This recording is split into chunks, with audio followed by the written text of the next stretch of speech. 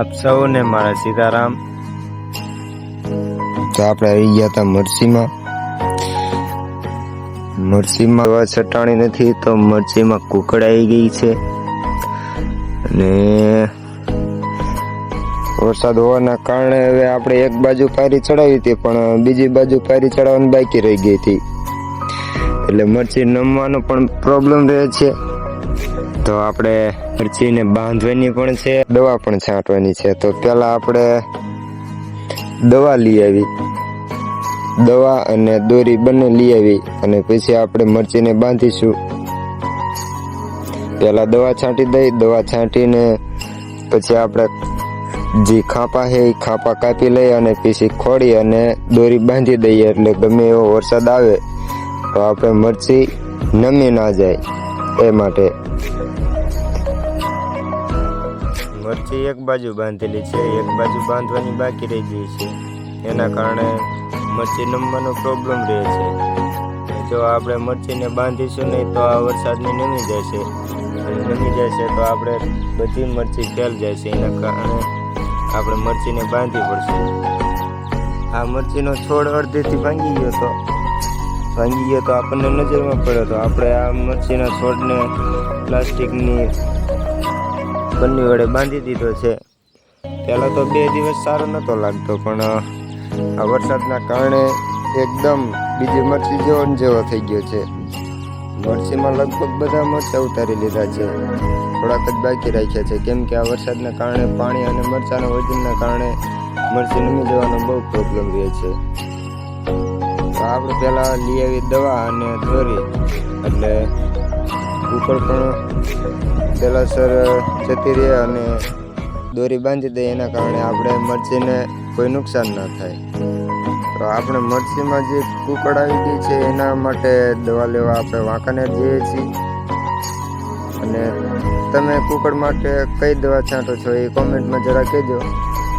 સવારમાં વાતાવરણ સારું છે એટલે અત્યારમાં વાંકાનેર નીકળી જઈએ તો આપણે વહેલોસર પાછા વળી જઈએ અને વરસાદ આપણને ક્યાંય ભેગો ના થઈ જાય।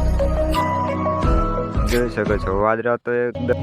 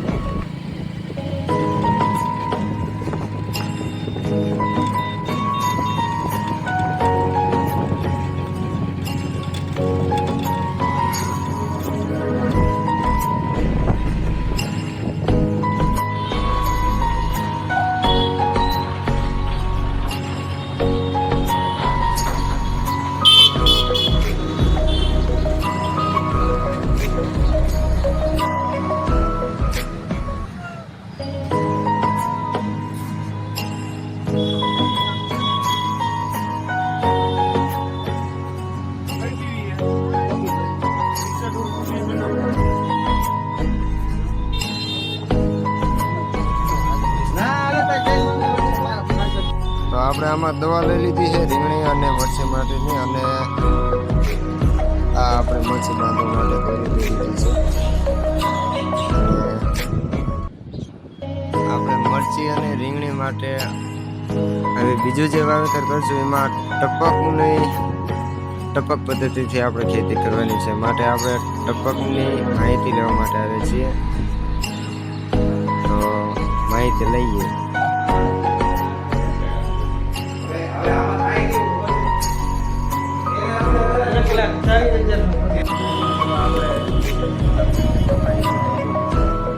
હા, તમે જોઈ શકો છો દોરી અને આ આપણી દવા છે. બધું કમ્પ્લીટ કરી દીધું છે અને હવે આપણે નીકળી ગયા છીએ ઘર તરફ જવા માટે. પુલો પર પહોંચી ગયા છીએ અને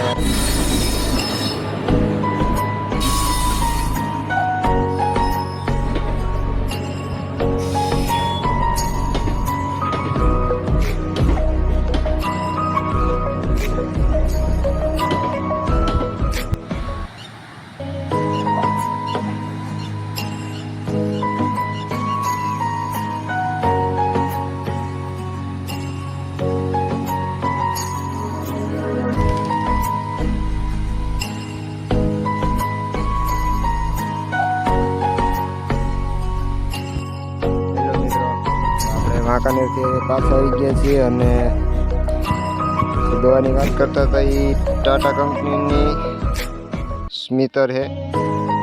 સ્મિત હવે આમાં દવાનો છંટકાવ કરીએ. હવે જોઈએ કેવું રિઝલ્ટ રહે છે. એગ્રોવાળાએ તો એમ કીધું કે આ દવાનું ખૂબ સારું રિઝલ્ટ રહેશે અને 2 થી 4 દિવસમાં આ દવાનું રિઝલ્ટ મળી જશે.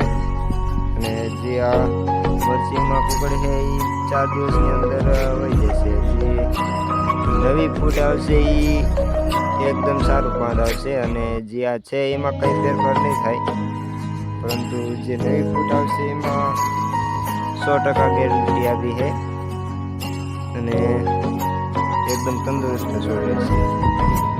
તો આપણે દવા છાંટવા માંડી કેમ કે હવે સાંજ પડવામાં વધારે વાર નથી રહી અને મરચીમાં દવા છાંટવાની છે. સાથે સાથે આપણે રીંગણીમાં પણ દવા છાંટવાની છે. એના માટે બોલાવીએ છીએ ડોકા મળે અને જે રીંગણામાં સડો પડે છે.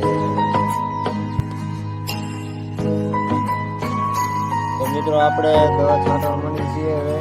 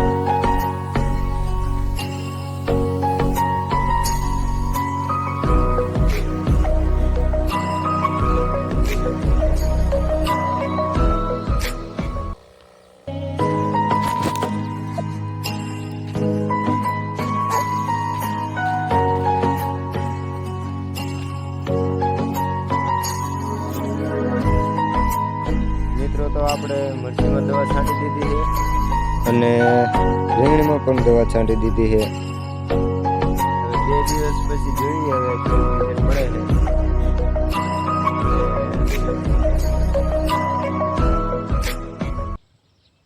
તમને તમને અમારો વિડીયો પસંદ આવ્યો હોય તો અમારા વિડીયોને લાઈક કરો, શેર કરો અને અમારી ચેનલને સબસ્ક્રાઈબ કરો. જય માતાજી, સીતારામ.